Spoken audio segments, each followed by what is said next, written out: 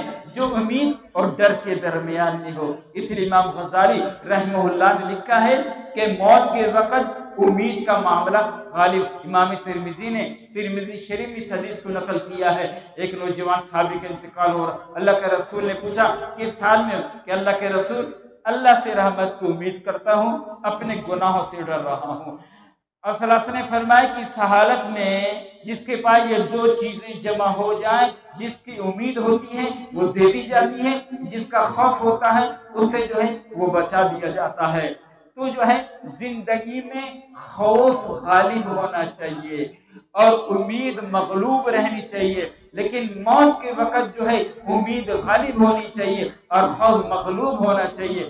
اس لیے امام بخاری نے اللہ کی دونوں باتوں کی طرف بتا دیا کہ ایمان ان دونوں کے درمیان میں ہے۔ یہ تھی بخاری رحمہ اللہ کی آخری حدیث۔ اللہ مجھے اور آپ کو بخاری شریف کی قدردانی کی توفیق نصیب فرمائے۔ اور امام بخاری رحمہ اللہ نے کس محنت کے ساتھ اللہ کے نبی کے کلام کو جمع کر کر امت تک پہنچایا ہے۔ آدم بن ابی ایاس بخاری کے استاد ہیں، امام بخاری پڑھ رہے تھے تو دیکھا امام بخاری پتے کھا رہے ہیں، پتے دھو کر کھا رہے ہیں۔ کہا محمد جی کیا کر رہے ہو؟ کہا کہ توشہ ختم ہو گیا ہے، 3 دن تک امام بخاری پتے کھا کر گزارا۔ امام بخاری کے ایک ساتھی ہیں خالد کہتے میں نے دیکھا بخاری بازار میں اپنے کپڑے بیچ رہے ہیں۔ میں نے کہا محمد کیا ہوا؟ کہا پیسے ختم ہو گئے ہیں، کپڑے بیچ کر جو ہے وہ گزارا کر رہا ہوں۔ جب بخارا کے اندر حاکم بخارا خالد نے کہا میرے بچوں کو بخاری پڑھاؤ، آپ نے امام بخاری نے کہا کسی کے گھر میں ٹیوشن پڑھانے کے لیے نہیں آتا ہوں۔ اس نے کہا ٹھیک ہے میرے بیٹے آئیں تو دوسرے طالب علم ان کے ساتھ نہ بیٹھیں۔ امام بخاری نے کہا نبی کے علم کے لیے میں دروازوں کو بند نہیں کر سکتا ہوں۔ خالد نے کہا اسے بخارا سے نکال دیا جائے۔ امام بخاری کو پریشان کر کر اور جو ہے طرح طرح کی جو ہے تکلیفیں دے کر بخارا سے خالد نے نکال دیا۔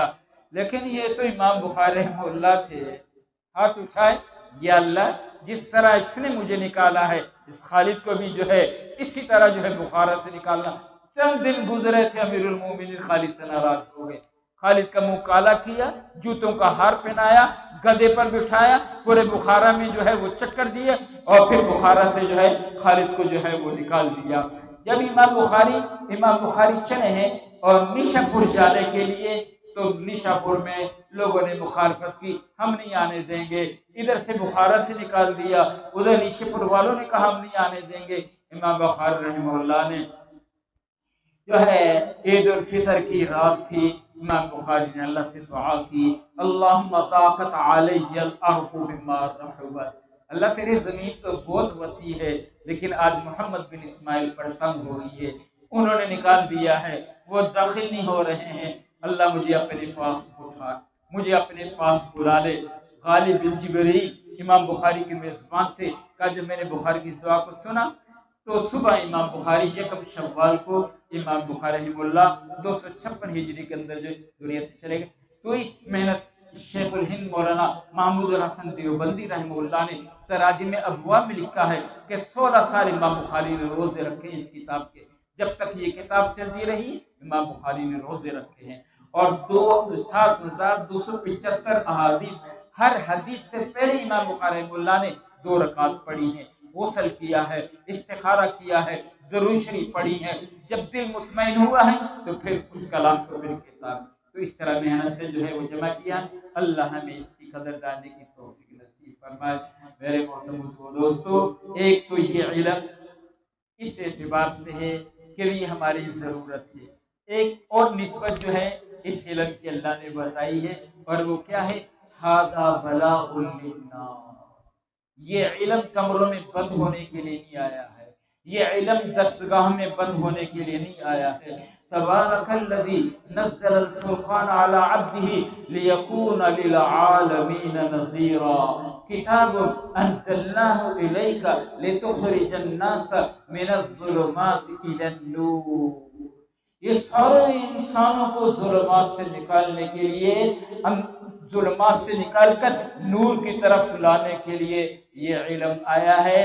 تو خود اس علم کو اپنے اندر اتارنا یہ ایک نسبت ہے، اور دوسری نسبت جو ہے ختم نبوت والی ہے کہ یہ آخری نبی کا علم ہے جو ہم تک آیا ہے۔ اب اس علم کو، اس علم کے نور کو ساری دنیا تک پہنچانا، ساری دنیا کو اس علم کے نور سے منور کرنا، اور ساری دنیا کے انسانوں کے اس علم کے ذریعے سے ان کے عقائد کو درست کرنا، ان کے اعمال کو درست کرنا، ان کے اخلاق کو درست کرنا، یہ اس امت کی، اس کلمہ پڑھنے والے کی ذمہ داری ہے۔ اور پھر جنہوں نے اپنے آپ کو اس علم کی طرف منسوب کیا ہے کہ ہم نبی کا علم پڑھنے والے ہیں، ہم نبی کا علم حاصل کرنے والے ہیں، ان پر تو بہت بڑی ذمہ داری ہو جاتی ہے کہ پڑھ کر اب گھر میں نہیں بیٹھنا ہے، سب سے پہلے اسے اپنے اعمال میں داخل کرنا ہے، پھر ساری امت میں پھر کر میرے محترم دوستو، اور ساری انسانیت جہالت کے ظلمات میں بھٹک کر اپنی دنیا اور آخرت کو برباد کر رہی ہے۔ دنیا کا سورج اہل علم کے پاس ہے، چراغ اہل علم کے پاس ہے، اگر یہ نور کو دنیا میں لے کر نہیں پھرے اور دنیا والے ظلمات میں زندگی گزار کر اندھیروں میں اللہ اور اس کے رسول کو ناراض کر مر گئے، قبروں میں جو ہے چلتے رہیں گے، اور قبروں میں جو ہے مصیبتیں کل قیامت کے دن اللہ کے سامنے کھڑے ہو جائیں گے۔ یہ اللہ کس نور کا ہم سے حساب لے رہے ہو؟ ہمیں تو اس نور کے بارے میں پتہ ہی نہیں تھا۔ عام مسلمان سے پوچھا جائے گا، ان اہل علم سے خاص طور پر جو ہے وہ پوچھا جائے گا۔ ہم نے علم پڑھا ہے، اب اس علم کا عملی میدان جب مدرسے سے باہر نکلیں گے، جب لوگوں میں جائیں گے، یہ ہمارا عملی میدان ہوگا۔